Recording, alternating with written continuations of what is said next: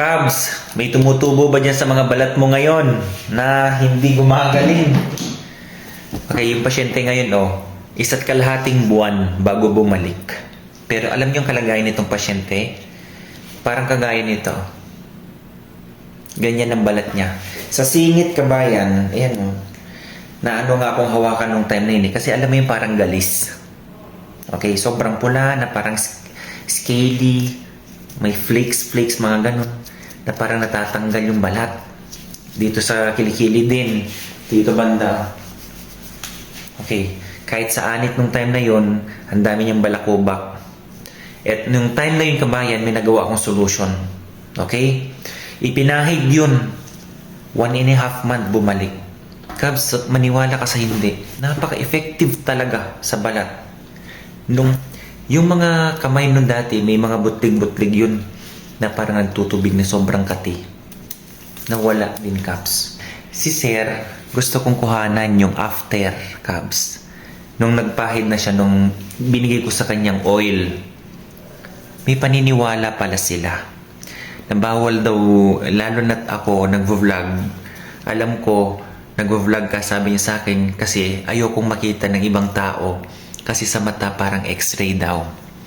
May mga evil eye daw, Kabs. Kaya baka para hindi baka bumalik daw yung nararamdaman niya. So hindi ko nakuhanan ng Yan lang naman ang sabi niya sa akin, Kabs. Huwag mo nang kuhanan kasi okay na. Makinis na siya. Okay? So, Kabs, paano nga ba ginawa yung oil na yun? May pinahid dun sa kanyang singit at dito. Dito banda. Pati nilagay sa kamay niya na sobrang kati. Okay, gawin natin. Ito lang yan, Kabs. So, kabayan, sa mga hindi pa po nakapanood, ito yung ginawa ko na ipinahid ko dun sa singit at ganito ng pasyente. Kala nyo konti lang yan, pero pag yan napuno, Kabs, napakadami niya. So, kumuha ka lang ng clove. Ayan. Mga ilang piraso yan sa ganito kadami. Tapos, yung laurel o bay leaf, depende sa dami po ng gagawin nyo. Okay. Ito, maliit lang naman. So, lagyan ko lang ng 4. Lagyan mo lang dyan. Ang dami nating laurel dyan sa Pilipinas, Kabs.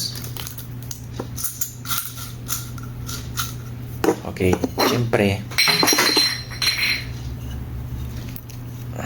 inilipat ko lang dito yung olive oil, Kabs, na ginagamit sa pampahid-pahid lang yan.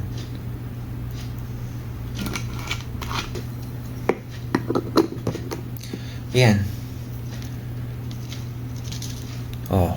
Ibabad mo to 5 days. Saka mo ipapahid dyan sa kung ano mang may makati sa balat mo, gagaya ng mga rashes, ganyan. O kaya yung may mga, may butlig-butlig dyan na sobrang kati. Kahit yung mga allergies sa mga sabon, Kabs, lalo na yung pang pupasok sa bahay. Okay, kapag kayo nagkakaroon ng ganyan, pwede nyong gawin ito. Yan ang gawin nyong parang Okay? So, Kabs, napaka-effective talaga. Kasi nakita ko talaga before and after.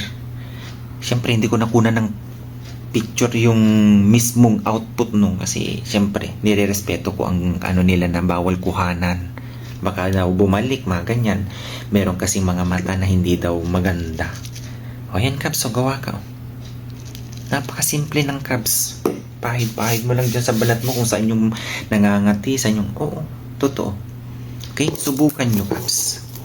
Actually, marami din namang mga follower ko ang nagme-message niyan na sa dinami-dami ng ipinahid nila ng mga, alam mo yun, mga cream, mga ganyan, hindi umepekto. Ito ang pinakinggan ng kanilang balat. Okay? Malay mo sa'yo, Kabs. Okay, epektibo ang resulta nito sa'yo. So, subukan mo. Okay? So, God bless everyone. Bye-bye.